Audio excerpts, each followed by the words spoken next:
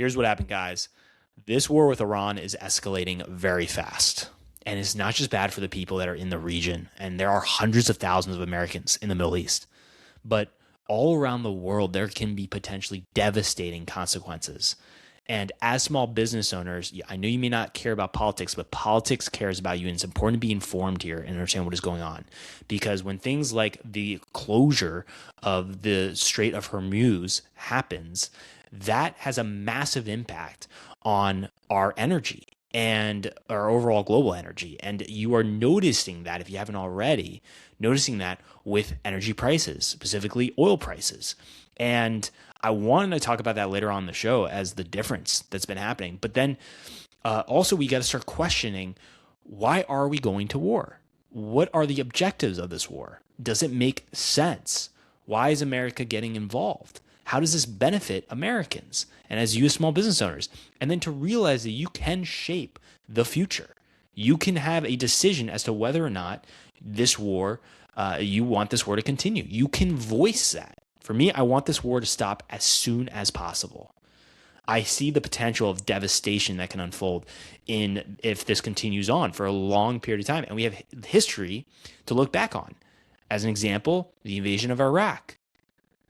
And we as small business owners do not have to hide from people calling us names or labeling us or saying we're unpatriotic. It's actually the most American thing to do, to question what our government is doing and to get curious when things don't make sense and ask questions, as I've shared here before on the show. And we got to continue to do that. So welcome back to the show. I want to take the time to go through some key updates for you to be informed if you are not aware of what is going on right now with this war in Iran and what we can do moving forward. First, number one, what you can do moving forward is to voice your concern, push back, put pressure on the government. That could be contacting your specific elected officials. That could be tagging elected officials, tagging the president, tagging the administration in posts. I did one saying stop this war, and I tagged the POTUS account. And by voicing and putting pressure, it's helping to create this momentum of awareness of what it is that the American people want. And it's important to remind ourselves that the government is there to serve the American people. It's not something for us to be in fear of, but for us to actually realize that we can question. We don't have to be told that we're dumb or that to trust the experts. And as I said, we saw how that was terrible for COVID. And we can actually be part of the conversation in shaping what the future is. And as I said, I believe, and it goes back to this movement, we believe that America's future is a small business renaissance. The renaissance is coming and the chaos is temporary, but we are experiencing massive change right now. And I've talked about that before on the show, and it's happening. It's here. It's been 65 to 80 years to get to this point in history where massive change is unfolding, and we're in it. We're in it now. We're part of history right now. And so these next few days, few months or weeks, months, years are critical. And this is where you have to understand what is going on to make your own informed decision. And so to get to what I want to share is first the objectives that have been told to us. The objectives for this Operation Epic Fury is what's being called. And that is first, the regime change. That's been talked about. And I said before, regime change is not as easy as it's sold to us, to the public. It almost always results in further involvement. And that is, again, going back to history as an example. Iraq is an example of that. And then the other one is for objective is destroy Iran's navy, then prevent Iran from developing a nuclear weapon, and then destroy Iran's missile capabilities. That's what's been told to us for the objectives. But then what is the exit plan? What is on the other side of that? What is the plan for the country? The country is over 90 million for the population. It's over 90 million in Iran. So what happens after that? What could be the potential if that's civil war or humanitarian crisis or disaster and destruction? There isn't that conversation that's being had. And that affects not only the United States, but all the entire world. And that's not being talked about enough. So what I want to share with you is what I found out was right now what's going on with energy. And that's really important because If you don't know about this, the Strait of Hormuz is effectively closed, and this handles roughly this area. Roughly, it's roughly 20% of global oil is exported from the Gulf countries through this Strait of Hormuz, and it is closed. It is effectively closed. And so right now, what we're seeing is a massive, dramatic increase in oil prices, which I've said it before here on the show. The way you have less poor people is you make energy cheaper. And there's been a big difference. Since January of this year, it was $57 a barrel for WTI crude oil. I want to share with you, I'm going to share my screen here for what it currently is at, because it is moving. It's fluctuating dramatically. And so, or it's increased dramatically. And so this is what it's at right now. Currently a little over $79 a barrel. That is a massive jump. You can even look and see the chart, see how it was, again, January 6th, 57, and then all the way up to now, looking at it over 79 a barrel. That is going to have an impact across transportation. It can have then a massive impact within your specific industry, but the over 1,000 industries, there's going to be an impact here for small business owners. That could be even within your own utilities as an American. And then that is where we got to question it of, does this why are we going to war? Does this make sense to continue down this path? Because as each day goes by and as this continues to get dragged out more and more, there's more of a cost that comes with war. And as taxpayers, we pay the brunt of that through the taxes that we're paying each year. And eventually it's going to be on us to figure out how to pay for this. And from history, with now the U.S. debt over $38 trillion, the mess just seems to get bigger and bigger and bigger. And we have to hold not only our elected officials accountable, but also together as Americans, we got to hold each other accountable of this needs to be figured out. And so with war comes more cost. And then what has happened in the past few days is that 3 of our U.S. bases in the area have been devastated. One being the U.S. 5th Fleet headquarters in Bahrain. And then there's more that have been damaged. But the estimates of the damage, and this is a conservative estimate, is almost $2 billion in U.S. military assets damaged or destroyed. That was us paying for those assets. I mean, it's we got to remind ourselves, where does the U.S. military get its budget from? The taxpayer. And if we aren't continuing to have conversations of just how involved we really are in how this money is used, then it can be easy to just ignore what is going on and to not actually take the time to be informed. But in the end, it's our taxpaying dollars that are helping to fund these U.S. military assets. And then when President Trump talks about in January of wanting $1.5 trillion in military spending for the fiscal year 2027, and then we can even look at this year's military budget of over $800 billion, we got to continue to question, does this make sense? Is that budget, is that way too massive of a budget? And then we got to continue to question, it doesn't make sense for us to continue to be paying these massive amounts of in taxes, depending on what state you're in, from on that, or even if we look at it on a federal level, look at the U.S. tax code. If it's over 4,000 pages, does that make sense anymore for having that tax code be over 4,000 pages? How can we get that down to 400 or to 4 pages so that we can continue to shrink our government, and so that it can be easier for us to hold our government accountable? Because with anything big, with anything that keeps growing and gets bigger and bigger, it becomes easier for it to get corrupt and for it to become inefficient and wasteful in its spending. And so with this war, it is not ridiculous, it is not crazy to question and to push back and to say, especially now with it just being a few days into it, and as each day goes by, it can become harder and harder for us to put the pressure on to stop this war from being dragged out for potentially years. and the damage that could have on our economy and our quality of life here in America. Because there are also damages that are being done from Iran's missiles to refineries. And those are oil refineries in Saudi Arabia and Bahrain. And those take time to rebuild.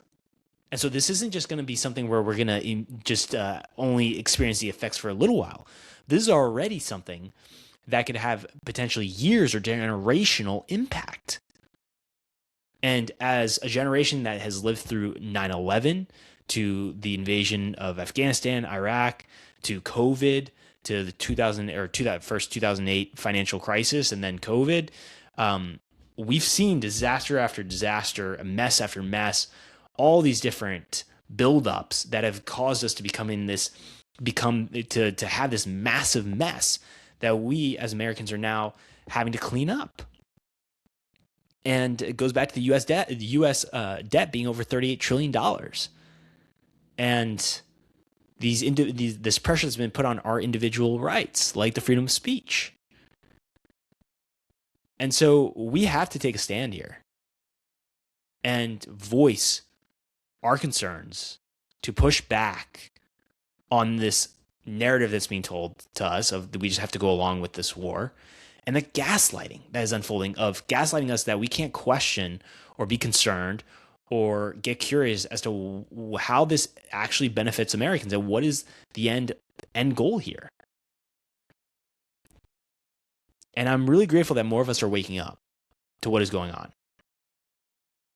And I've said it before, we've talked about the global elites, and now with Epstein files, the global elite pedophiles that that have massive amounts of power. And I go back to the worldview that there is the powerful and then the rest of us. And this, if it's right or left, Democrat, I think about that, the right or left, like there's so many different topics that are trying to pit, that are being used to divide us. And a house divided cannot stand. And so as Americans, we got to unite and focus on specifically taxes. Does this make sense, the amount of taxes we're paying? And then to question, why are we going into Iran? Why is this war happening? And specifically, how does this benefit then Americans? And that's not crazy. And what concerns me is more involvement of American troops on the ground. And there are signs pointing towards that it's a high probability. And that's something we got to continue to push back on. And so what I want to share is a conversation between Tucker Carlson and Brandon Wicker. I want to share a clip from this. Brandon is a independent analyst and talking about why we could be moving, like why there are now more U.S. warplanes getting involved. And it comes back to ammunitions, how our country has a depleted stockpile. And so I think this is really important for us to realize that this is something where when it comes to the potential of weeks or months, it's going to be really difficult for the United States, for us, our country, to continue to sustain this long term. And we need to continue to talk about this. It's important. So here's the clip. I'm going to share my screen here. All right. Let me get this video up. So here it is. The risk factor to our pilots is now increasing exponentially. But I would just like to posit a theory, and it's just a theory. I actually think the real reason we are doing this shift is not because of realities or facts on the ground that are amenable to the U.S. and Israeli strategic position. I think we are being dictated to by the depletion of our stockpiles. Yes. And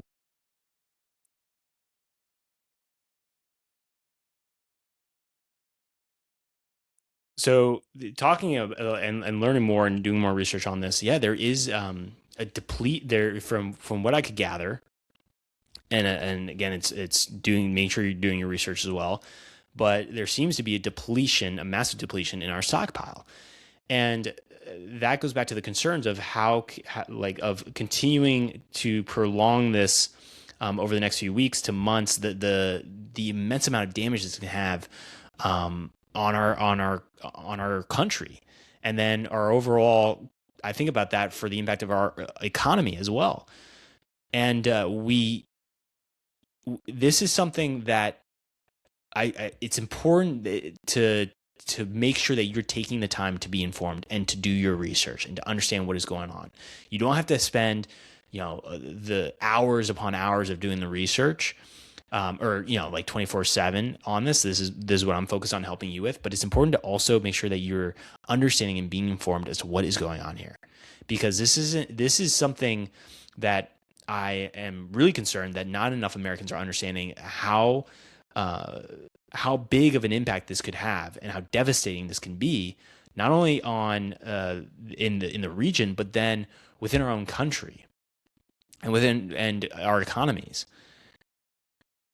And this is something where we've got to have more conversations about this, more awareness of what is going on. And we cannot just ignore this and stay in our own small world and continue to work on our business and think it's all going to be fine.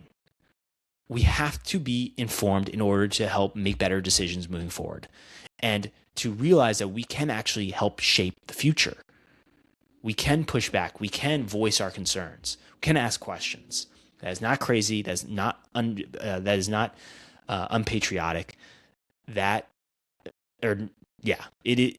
is important for us to realize that we as small business owners do have a big voice, and that it is the most patriotic thing that we can do is to question and to get curious for what is going on, and to make sure that we as individuals are also voicing the concerns that we have and how we can move forward into the future, being able to be part of that conversation.